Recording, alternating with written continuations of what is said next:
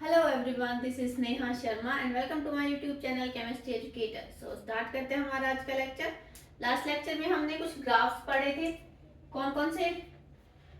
Sai versus are का, Sai square versus r और psi square dV versus r. Clear? इसमें हमने क्या देखा था? फर्स्टली हम क्या करते हैं, रेडियल नोट्स निकालते हैं। क्या निकालते हैं? रेडियल नोट्स निकालने का जो भी तरीका वो इन तीनों में सेम है। क्लियर? अच्छा, फर्स्ट क्या है? Psi versus r. Psi versus r, इसमें क्या करते हैं? देखो, फर्स्टली रेडियल नोट निकालोगे, फिर क्या करोगे? साई वर्सेस आर में हम क्या करते हैं? फर्स्टली रेडियल नोड निकालते हैं। सेकेंडली क्या करोगे? जो एस है, एस सब सेल के लिए जो भी आप ग्राफ है वो स्टार्ट कहां से करते हो? हाई से। ठीक है, स्टार्ट ऑलवेज हाई। बाकी बचा पी, डी एंड एफ। इसके लिए कहां से स्टार्ट करोगे? स्टार्ट ऑलवेज लो। कहां से स्टार्ट करोगे? यहां से। क्लियर? आ गया समझ? ठीक है, ये स्टार्ट होता है हाई से और P, D and F start होता है लो से। ठीक है, किसके केस में? साई वर्सेस आर के केस में। क्लियर? अच्छा, यहाँ पे जो पीक होंगी, है ना, जो भी पीक्स आएंगी इनकी, वो क्या होती जाएंगी? डिक्रीज होती जाएंगी। क्या होती है इस केस में? डिक्रीज। क्लियर? सेकंड है हमारा साई स्क्वायर वर्सेस आर। इसमें क्या करोगे? देखो, साई स्क्वायर की जो वैल्यू होती है वो ऑलवेज पॉजिटिव वैल्यू होती है ना। तो हम इसको कैसे करोगे? इनका जो भी ग्राफ आता है उनका हम पॉजिटिव डायरेक्शन में मूव कर देते हैं। ठीक है, रेडियल नोड सेम ऐसे ही निकालोगे जैसे साई वर्सेस आर के ग्राफ के लिए निकाला था। ठीक है, इसमें वैल्यू हमेशा पॉजिटिव आती है। ठीक है, तो जैसे इस केस में अगर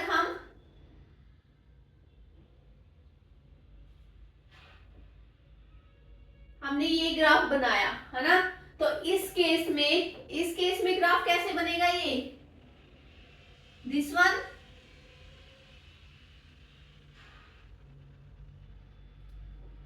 क्लियर? आ गया समझ? ठीक है, और इस केस में साई स्क्वायर वर्सेस आर के केस में भी पीक क्या होंगी? डिक्रीज होंगी। क्लियर? चलो, थर्ड था हमारा psi square dV versus r. इसमें क्या होती है? रेडियल नोड सेम जैसे इन दोनों में निकाला था वैसे ही निकलेगा। ठीक है, और ग्राफ, इसमें ग्राफ क्या आएगा? S, P, D and F. कोई भी हो, ये स्टार्ट कहां से होगा? ऑलवेज लो। क्लियर? और इसमें पीक इंक्रीज होती है। ठीक है, इन दोनों में पीक डिक्रीज होंगी और इस केस में पीक इंक्रीज होती है। क्लियर? यहां तक हमने पढ़ लिया था। अच्छा, अब ये साई क्या होता है? साई स्क्वायर या साई स्क्वायर डीवी, ये क्या होते हैं? देखो, साई बेसिकली वेव फंक्शन होता है ना। क्या होता है? Wave function.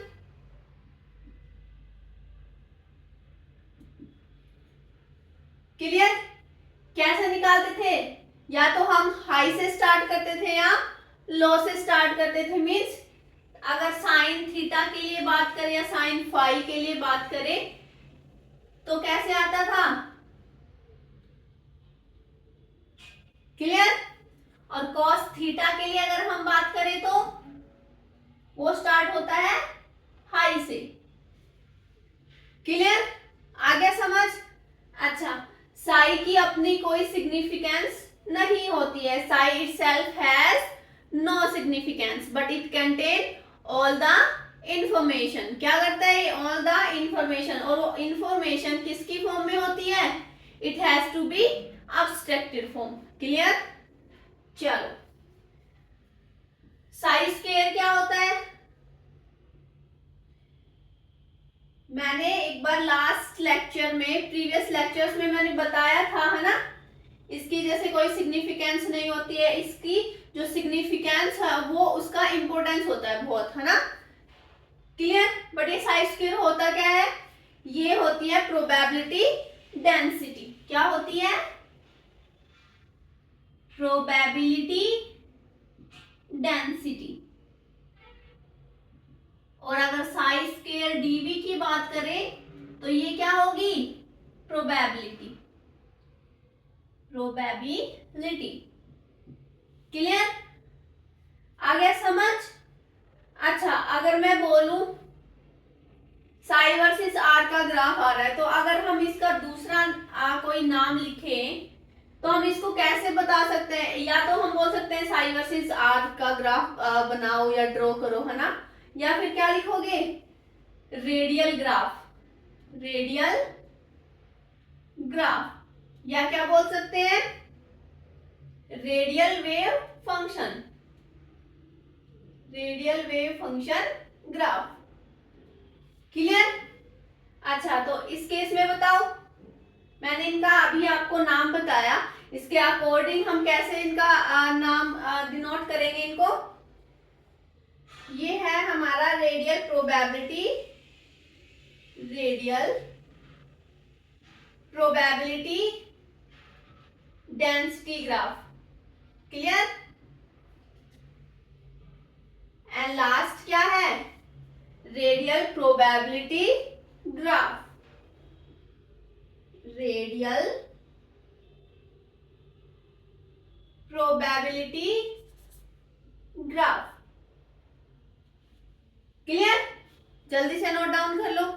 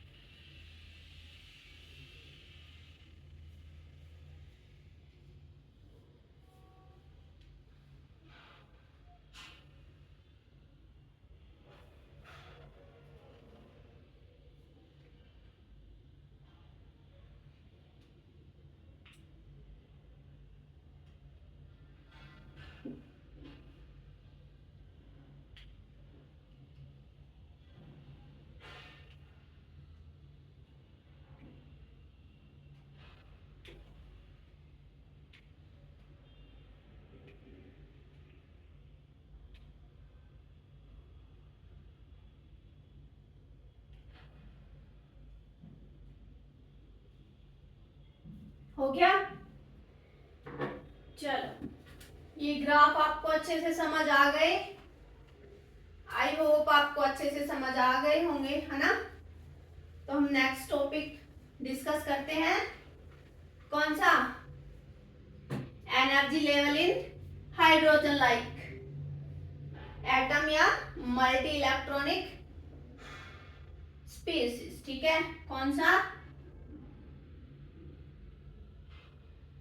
Energy level of hydrogen like atom. Hydrogen like atom कैसे होते हैं? Mono electronic. क्लियर? अच्छा, एंड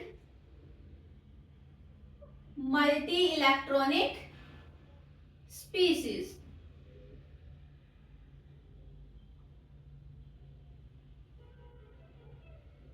इसमें क्या करेंगे देखो, हाइड्रोजन, हीलियम प्लस, लिथियम 2+, ये क्या है? हाइड्रोजन लाइक स्ट्रक्चर है, मोनो इलेक्ट्रॉनिक है ना। यहां मैं मल्टी इलेक्ट्रॉनिक लिख देती हूं, मल्टी इलेक्ट्रॉनिक स्पीसीज। ठीक है, क्लियर? तो इन केस में जो एनर्जी लेवल कर लिखोगे वो कैसे लिखोगे? देखो, जो हाइड्रोजन लाइक स्ट्रक्चर है, हाइड्रोजन लाइक स्ट्रक्चर या हाइड्रोजन लाइक एटम लिखो, है ना।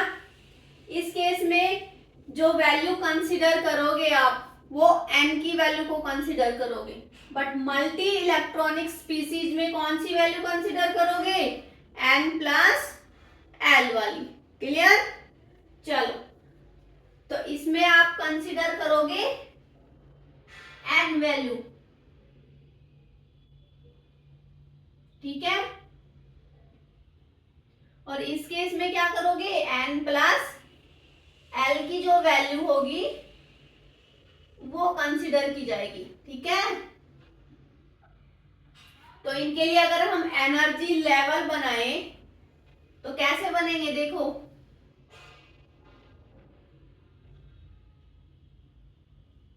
वन एस, ठीक है,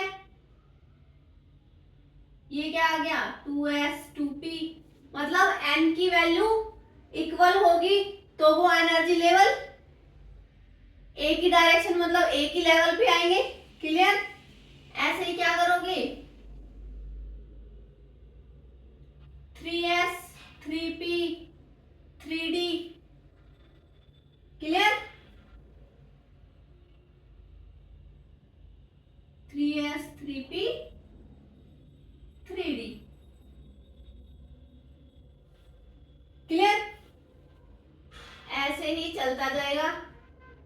ठीक है, मतलब n की वैल्यू यहाँ पे क्या है? सेम। यहाँ पे क्या है? सेम। तो 2s 2p एक लेवल पे, 3s 3p 3d एक लेवल पे, ऐसे ही चलते जाएंगे। किसमें? हाइड्रोजन लाइक एटम में। Clear? But multi electronic species में n प्लस l की वैल्यू को काउंट करोगे तो इसके लिए एनर्जी लेवल क्या बनाओगे? पहले क्या आता है? 1s, उसके बाद 2s 2s, उसके बाद 2p, उसके बाद 3s 3p 3d and so on. Clear? यहाँ पे इस टाइप से आएगा एनर्जी लेवल, और इसमें कैसे आएगा? इस टाइप से। क्लियर? आ गया समझ? जल्दी से नोट डाउन करो।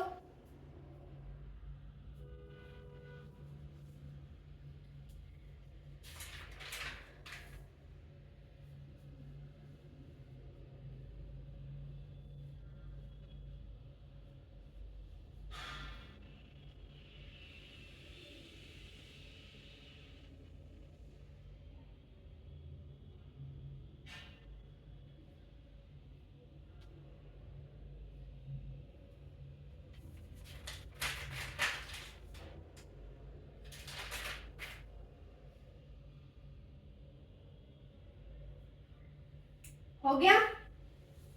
चलो,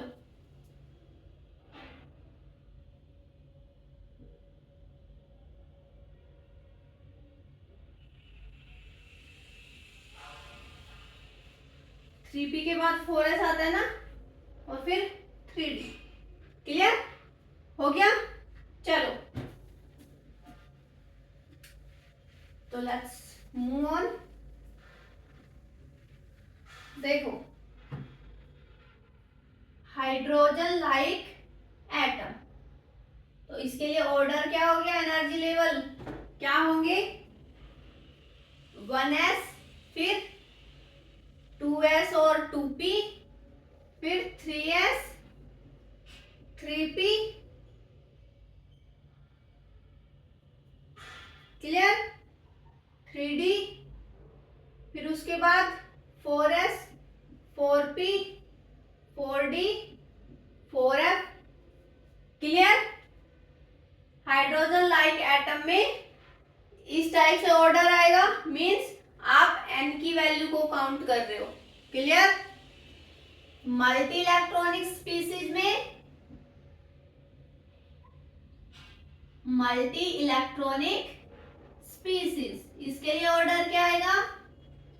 1s 2s 2p 3s 3p 4s 3d and so on. Clear? Means यहाँ पे क्या करोगे? n प्लस l की वैल्यू काउंट करोगे। किसके केस में? मल्टी इलेक्ट्रॉनिक स्पीसीज के केस में। क्लियर? आ गया समझ? चलो तो for example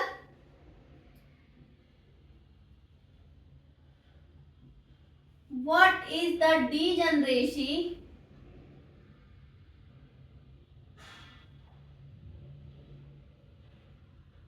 level of n is equal to 3 in hydrogen like atom? Option 1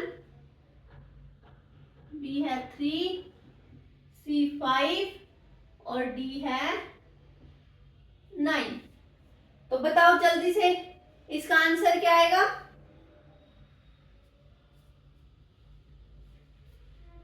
क्या बता रखा है? एन की वैल्यू कितनी है?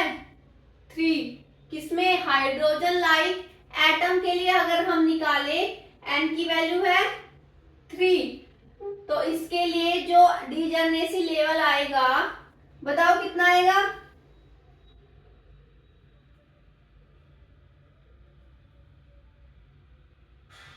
कितने इलेक्ट्रॉन्स होंगे एस के लिए? 1 ऑर्बिटल। ठीक है, डीजनरेसी लेवल निकालना है। एस में 1, पी में कितना है? 3 ऑर्बिटल और डी में 5। तो इन तीनों का क्या कर दो? ऐड। वो टोटल डीजनरेट लेवल आ जाएंगे। कितने आए? 1 + 3 + 5 कितने आए? 9। क्लियर? जल्दी से नोट डाउन करो।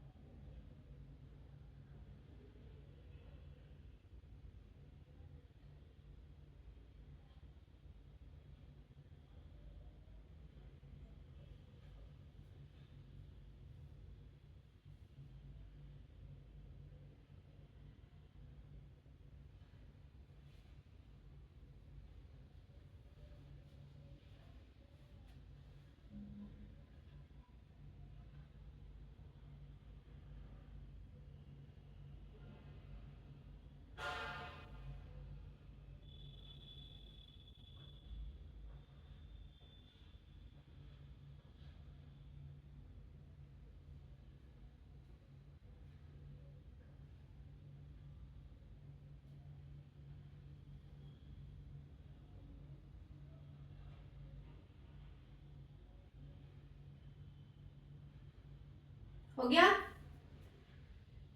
हो गया एनर्जी लेवल क्लियर? अच्छा, एक होता है ऑर्बिट, एक होता है ऑर्बिटल। ऑर्बिट क्या होता है और ऑर्बिटल क्या होता है? देखो, ऑर्बिट होता है, orbit is a fixed path, है ना। एक ऑर्बिट एक फिक्स्ड पाथ होता है जिसमें इलेक्ट्रॉन किसके रिवॉल्व किसके अराउंड रिवॉल्व होता है? न्यूक्लियस के अराउंड, है ना। तो ऑर्बिट बेसिकली एक फिक्स्ड पाथ होता है। क्लियर? ऑर्बिटल क्या होगा? एक ऐसा रीजन जहां पे इलेक्ट्रॉन के पाए जाने की जो संभावना होती है वो क्या होगी? मैक्सिमम होती है। Clear? Orbital is the region that the probability of finding an electron is maximum. Clear? चलो तो इसके बारे में कुछ पढ़ लेते हैं।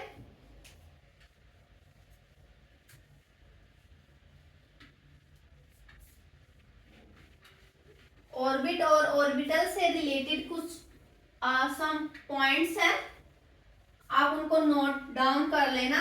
ठीक है, चलो क्या है? ऑर्बिट और दूसरा ऑर्बिटल। ठीक है, तो इसके कुछ पॉइंट्स हैं। फर्स्ट क्या है? डेफिनेशन। क्या लिखोगे ऑर्बिट में? It is the fixed path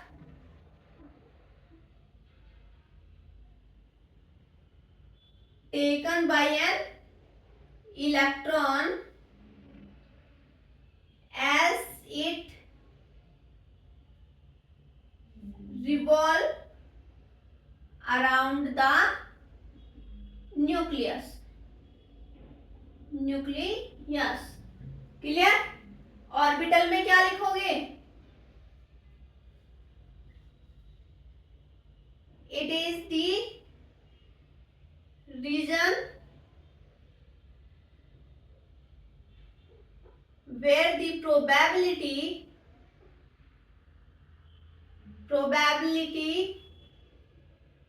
of finding an electron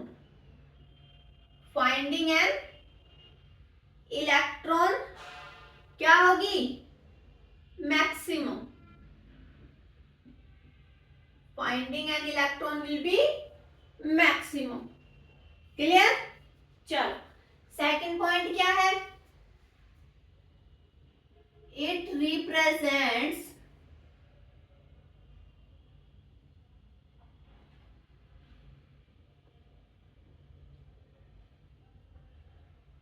planar motion of electron. Clear? और ऑर्बिटल क्या होगा? 3 dimensional. It is a 3D region. It is a 3 dimensional region. Clear? Third point, orbit ये क्या करता है? Violet किसको करेगा? हमने लास्ट लेक्चर्स में पढ़ा था। ये क्या करता है? वॉयलेट किसको करता है? हाइजेनबर्ग अनसर्टेनिटी प्रिंसिपल को। ठीक है, लिखो,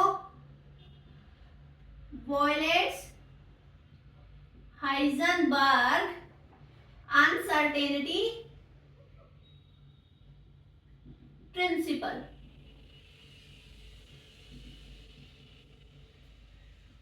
ऑर्बिटल क्या करेगा? Keeps into account of Heisenberg uncertainty principle. Clear? Next point, ये क्या करता है?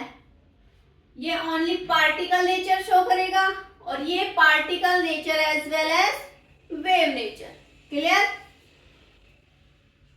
ये है takes into account only particle nature, और ये हमारा करता है takes into account particle nature as well as wave nature. Clear? तो जल्दी से नोट डाउन करो। चलो, एक पॉइंट और लिख लो, ये नॉन डायरेक्शनल होता है। ऑर्बिट जो होगा वो नॉन डायरेक्शनल होता है। ठीक है? और जो ऑर्बिटल होगा वो क्या होगा? एस ऑर्बिटल को छोड़ के, एक्सेप्ट एस ऑर्बिटल, ये डायरेक्शनल होगा। किसके केस में? P, D and F orbital के केस में। ठीक है, ये होता है डायरेक्शनल।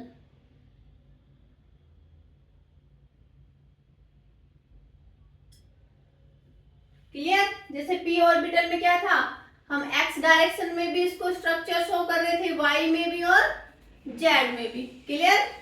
ऐसे ही हम डी में कर रहे थे और ऐसे ही हम एफ में करेंगे। ठीक है, तो इसको जल्दी से नोट डाउन कर लो।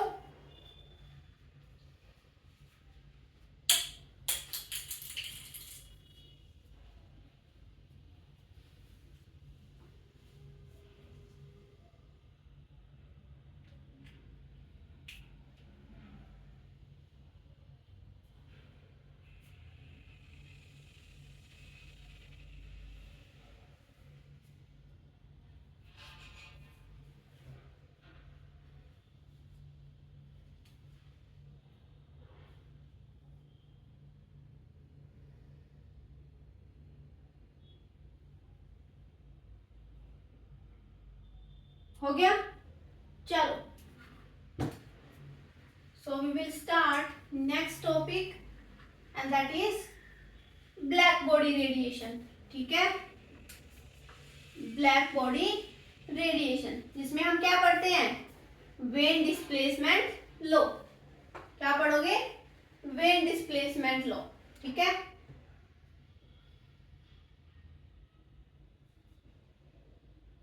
ब्लैक बॉडी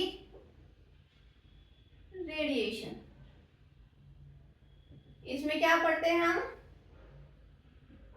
वेन डिस्प्लेसमेंट लो. ये हमें क्या बोलता है, देखो नोट डाउन करना. ठीक है, अ ब्लैक बॉडी इज समथिंग, क्या करती है, एब्जॉर्ब और एमिट्स ऑल फ्रीक्वेंसीज किसकी, इलेक्ट्रोमैग्नेटिक रेडिएशन की. Frequencies of electromagnetic radiation. और ये किस पे डिपेंड करती है, depending on temperature.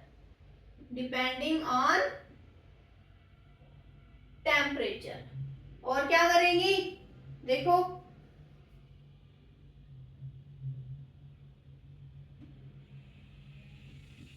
the wavelength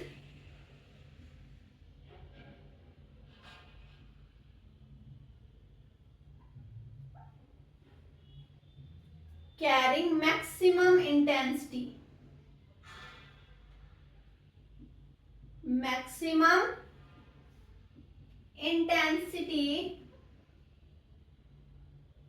also changed. Okay, और it's an important proof of किसका, क्वांटम नेचर ऑफ लाइट.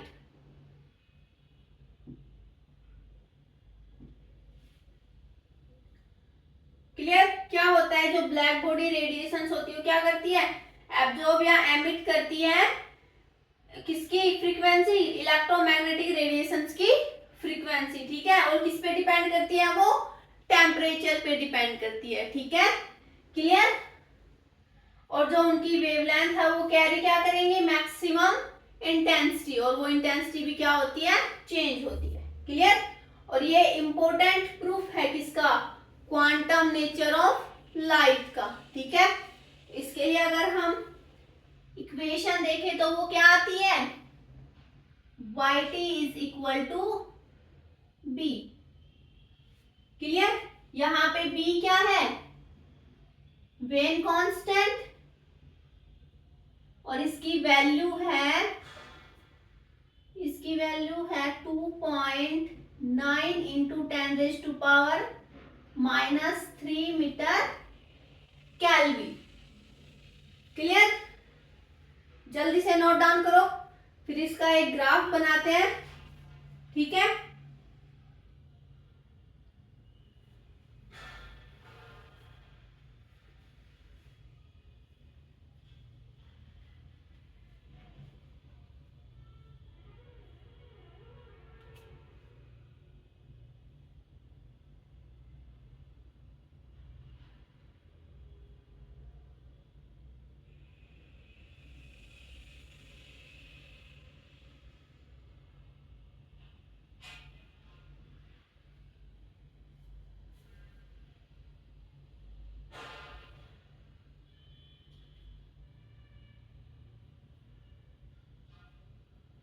हो गया.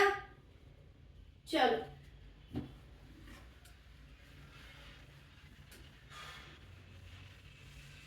इस केस में हम इंटेंसिटी वर्सेस लैम्डा का ग्राफ देखें तो वो कैसे आता है, उसमें पीक्स क्या होती है, शिफ्ट होती रहती है. ठीक है, इंटेंसिटी वर्सेस वेवलेंथ. क्लियर। तो इसमें क्या आएगा देखो,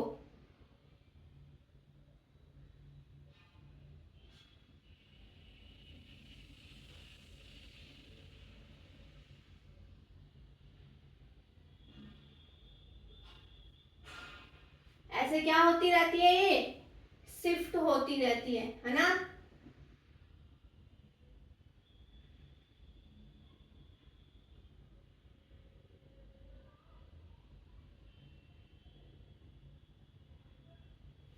क्लियर, आ गया समझ।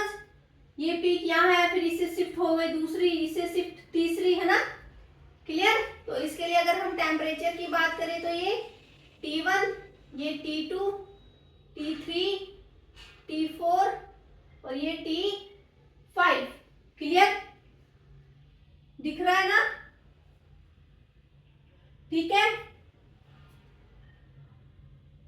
तो इसको भी जल्दी से नोट डाउन करो, फिर एक एग्जांपल देखते हैं।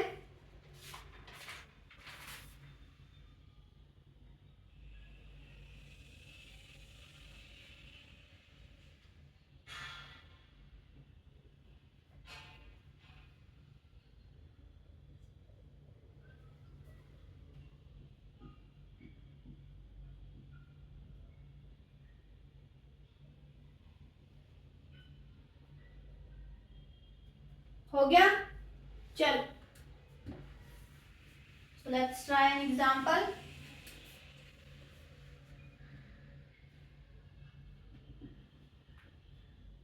A black body radiation, a black body is emitting maximum intensity at 290 nanometre. तो क्या निकालना है हमें, what is the temperature of the black body. तो जल्दी से इसको सॉल्व करो, ट्राई करो।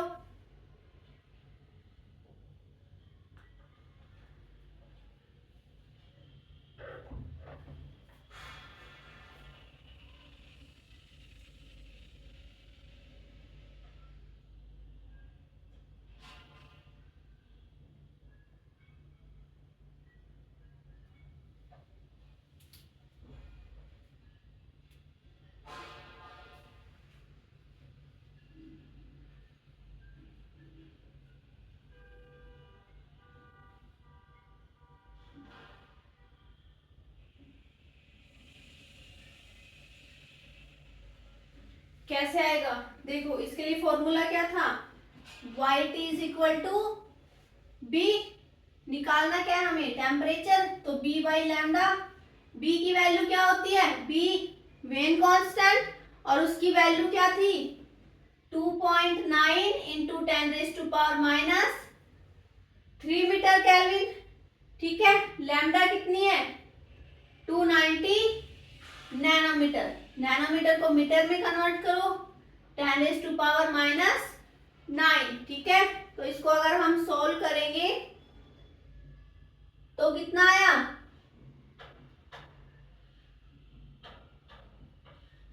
10,000 केल्विन। क्लियर, आ गया समझ। ठीक है, black body radiations, when displacement लो कैसे फाइंड आउट करते हैं हम, टेम्परेचर को समझ आ गया।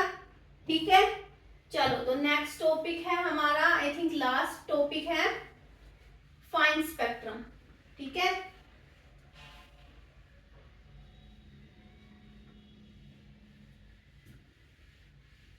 प्रीवियस लेक्चर्स में मैंने फाइन स्पेक्ट्रम का बताया था, स्प्लिटिंग ऑफ लाइट, है ना, splitting of light at electric field and magnetic field, है ना। ठीक है, फाइन स्पेक्ट्रम, तो इसमें क्या होता है देखो, जो हम एनर्जी लेवल बनाते हैं देखो, n इज इक्वल टू 1 2 3, है ना। तो एज पर बोर मॉडल हम क्या करते हैं, यहाँ से यहाँ तक जो एक्साइटेशन हुआ, इलेक्ट्रॉन यहाँ से यहाँ तक जंप करा, तो ये क्या है, हम इसको वन लाइन मानते हैं। क्लियर? जैसे यहां से यहां तक गया तो इसको क्या मानोगे, one line. But fine spectrum में क्या होता है, मल्टीपल लाइन शो होती है। क्या होती है, मल्टीपल लाइन शो होती है। देखो ये क्या है, एज पर बोर मॉडल के अकॉर्डिंग हम इसको वन लाइन, ये भी वन लाइन शो कर रहे हैं, ठीक है। बट फाइन स्पेक्ट्रम में मल्टीपल लाइन शो होती है, इसके अप्रोक्स वैल्यू होती है उनकी, ठीक है। जैसे ये मान लो या ये मान लो, ठीक है। तो इसके अप्रोक्स बहुत सारी क्या होंगी, मल्टीपल लाइंस होती है ना, मल्टीपल लाइंस होगी, ठीक है। जिनकी वैल्यू अप्रोक्स किसके इक्वल होती है, इसके इक्वल। जो में जंप किया है इलेक्ट्रॉन 1 से 2 में, ठीक है, ग्राउंड से फर्स्ट एक्साइटेड स्टेट में, तो उसके अप्रोक्स बहुत सारी जो लाइंस है हमें शो होती है, किसमें, फाइन स्पेक्ट्रम में, ठीक है। जो जिनकी वैल्यू वेरी क्लोज होती है इस वैल्यू के। क्लियर? ऐसे ही इसमें होता है, ठीक है। तो कैसे करोगे, जैसे ये क्या आ गया, n इज इक्वल टू 1,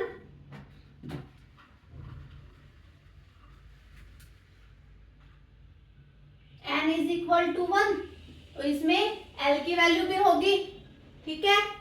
फिर क्या आता है, ये 1s हो गया, फिर आता है 2s, फिर इसके इसके थोड़ा सा एनर्जी, इसमें क्या होता है, मिनिमम एनर्जी गैप होता है, मतलब जिनका एनर्जी डिफरेंस होता है वो क्या हो गया, मिनिमम, ठीक है। फिर आता है third cell 3s 3p 3d, ठीक है। क्लियर? तो इसमें अगर हम बात करें, देखो